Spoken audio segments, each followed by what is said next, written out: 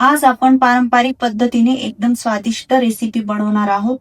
ती रेसिपी म्हणजे रवा बेसन लाडू. खायला पण एकदम टेस्टी आणि बनवायला पण एकदम सोपे. चला तर मग आपण रेसिपीला सुरुवात. रवा बेसन लाडू बनवण्यासाठी मी इथे 300 ग्रॅम बेसन घेतले आहे. 200 ग्रॅम तूप घेतले आहे. 200 ग्रॅम रवा आणि 200 ग्रॅम गूळ घेतला आहे आणि थोडे बेदाणे. मग आपण रेसिपीला सुरुवात करूया. आपण कढई गरम करायला ठेवली होती. कढई आपली गरम झाली आहे.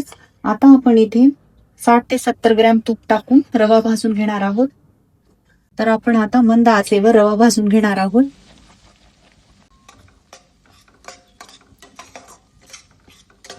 आपल्याला रवा सारखा हलवत भाजून घ्यायचा आहे.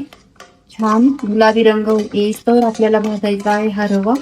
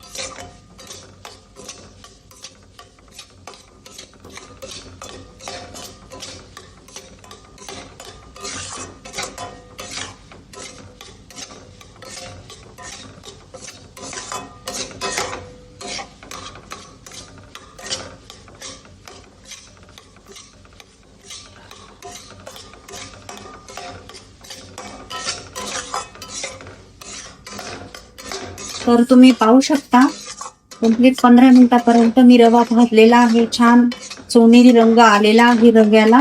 अशा पद्धतीने आपल्याला रवा भाजून घ्यायचा आहे. आता मी हा रवा भांड्यात ट्रान्सफर करून घेते. इथे मी 60 ग्रॅम तूप टाकून घेते आहे. झाल्यानंतर आपल्याला बेसन पण भाजून घ्यायचे आहे मंद आचेवर. चला तर मग आता आपण भाजून घेऊ.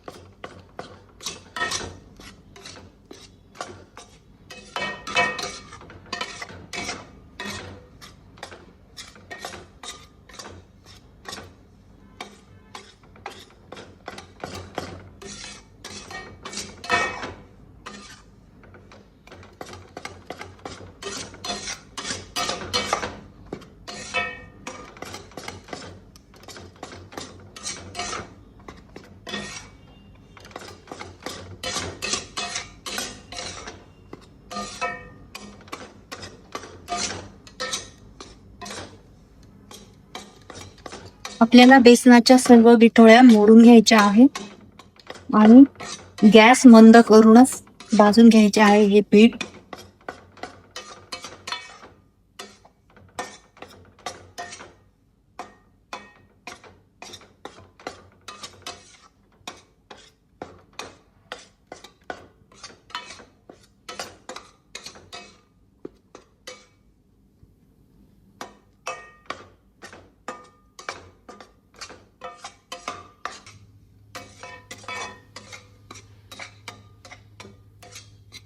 हे बेसन थोडे ड्राय वाटते आहे म्हणून मी आता पुन्हा 2 चमचे तूप यात ऍड करणार आहे. आता परत आपल्याला ही व्यवस्थित भाजून घ्यायची.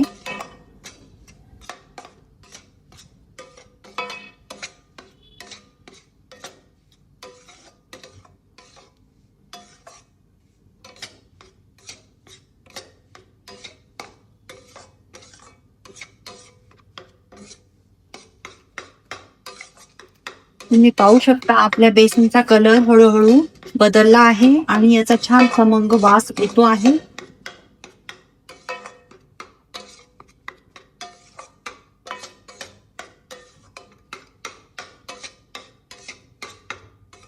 आता आपलं बेसन छान भाजून झालेलं आहे. आता आपण जो रवा भाजून ठेवला होता तो याच्यात ऍड करतो आहोत. मला बेसन भाजायला कंप्लीट 25 मिनिटं लागले. आता हे रवा टाकल्यामुळे रवा पण तुपात भाजलेला आहे, तो पण आपल्याला 5 ते 7 मिनिटं एकदम व्यवस्थित मिक्स करून घ्यायचा आहे, यात भाजून घ्यायचा आहे.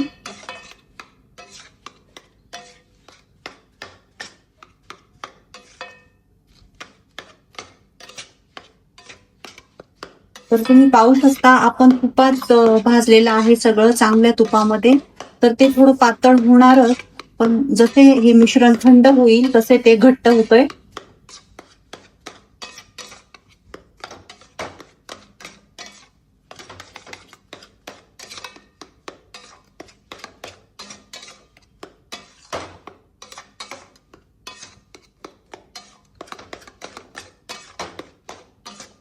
शकता आपले पीठ एकदम खमंग झालेले आहे. तर आता आपण हे परातीत ओतून घेऊया. कढईत मी थोडे तूप टाकून घेणार आहे. तूप गरम झाले की हा गूळ आपण या कढईत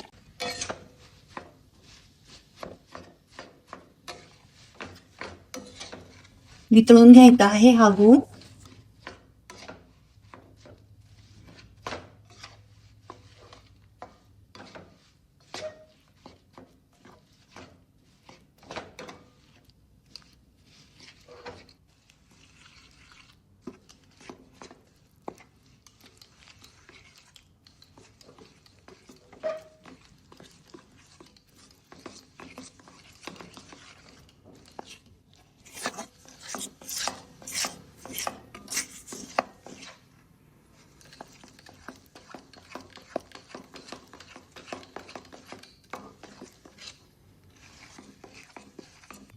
तर तुम्ही पाहू शकता आपला गूळ वितळलेला आहे.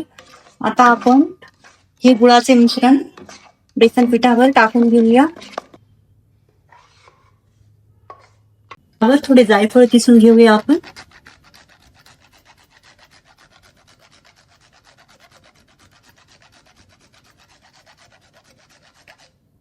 आता आपण हे व्यवस्थित मिक्स करून घेऊया. हे मिश्रण जसे थंड होईल तसे आपलं हे घट्ट होणार आहे पीठ.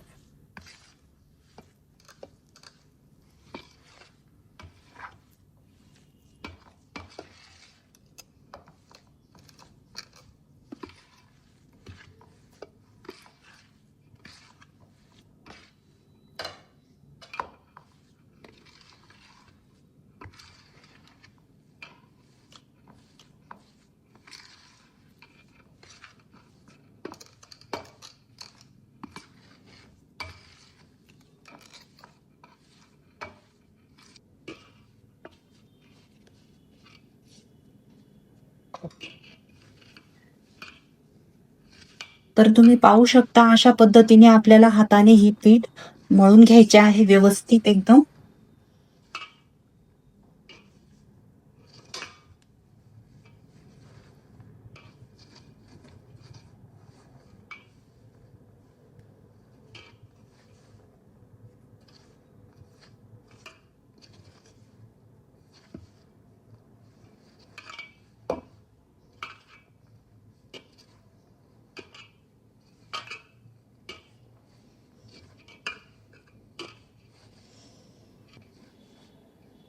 तुम्ही पाहू शकता तुपाचे प्रमाण पण एकदम परफेक्ट झालेले आहे. तर अशा पद्धतीने मी लाडू बनवून घेणार आहे सर्व.